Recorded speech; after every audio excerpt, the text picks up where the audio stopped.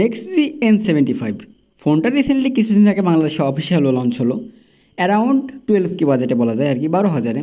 তাহলে চলুন জানা যাক ফোনটির ডিজাইন কেমন এবং কী কী স্পেক অফার করছে, বাজেটে কেমন হচ্ছে এবং সব মিলিয়ে প্যাকেজটা কী হতে পারবে বাজেট অনুযায়ী দারুণ কিছু। ফার্স্টে যদি ডিজাইন নিয়ে কথা বলি, ফোনটির ডিজাইন মোটামুটি সকলের কাছে ভালো লেগে যাবে এবং ওয়ালটনের ফোনে সাধারণত আমরা এইসব ডিজাইন দেখি না, এইটাতে নতুনত্ব বলা যায় আর কি। ফোনটিতে ডিসপ্লে হিসেবে 6.7 একটা HD+ রেজলিউশনের IPS ডিসপ্লে, যেটাতে 120 Hz রিফ্রেশ রেট আছে, 500 নিটস পিক ব্রাইটনেস। ডিসপ্লেটাকে বাজেট অনুযায়ী বলা যায় যে HD+ কমতি আছে, তবে সব মিলে খারাপ বলা যায় না, কারণ যদি বাজেট হিসেবে ধরেন আমরা 10-12 হাজার টাকায় কখনো ফুল HD+ পেয়ে থাকি না, তবে এখানে ওয়ালটন যেহেতু এটা দিলে অবশ্যই ভালোই হতো। ডিসপ্লে মোটামুটি যারা রেগুলার ইউজার আছেন তাদের কাছে ভালো লেগে যাবে।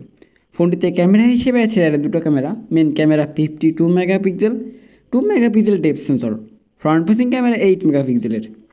তো এখন যাক ক্যামেরা ছবির কোয়ালিটিতে, ক্যামেরা ছবির কোয়ালিটি ভালো, হাইলাইট লো লাইট ব্যালেন্স করে ট্রাই করে। ছবিতে ডিটেল মোটামুটি ঠিকঠাক বলা যায় বাজেট অনুযায়ী, এবং ছবির কালার কোয়ালিটি অ্যাকুরেট না, তবে অ্যাকুরেট ট্রাই করে। তো সব মিলিয়ে ছবি কেউ খারাপ বলা যায় না। ভিডিও রেকর্ড করে সর্বোচ্চ 1080p 30fps।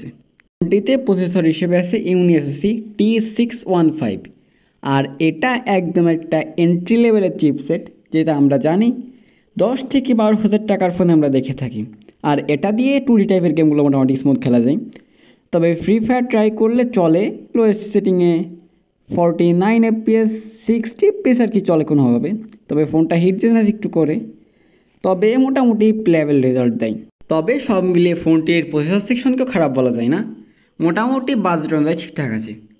এবার আসা যাক ফোনটিতে অ্যান্ড্রয়েড ভার্সন হিসেবে আছে বেস্ট এবার অ্যান্ড্রয়েড 15। আপডেটের বিষয়ে কিছু জানা যায়নি। আর ব্যাটারি হিসেবে আছে 5000 mAh ব্যাটারি এবং 10 ওয়াটের চার্জার। এখানে অবশ্যই 18 ওয়াট দেওয়া উচিত ছিল, এটা একটা কমতি।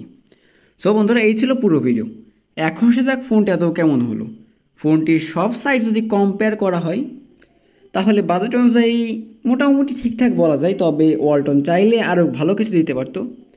একটু যেমন ডিসপ্লেটা ফুল HD+ দিলে ভালো হতো, প্রসেসরটা আর একটু ভালো দেওয়ার ট্রাই করলে ভালো হতো, আর এখানে 80 ওয়াটের চার্জার দিলে সব থেকে ভালো হতো।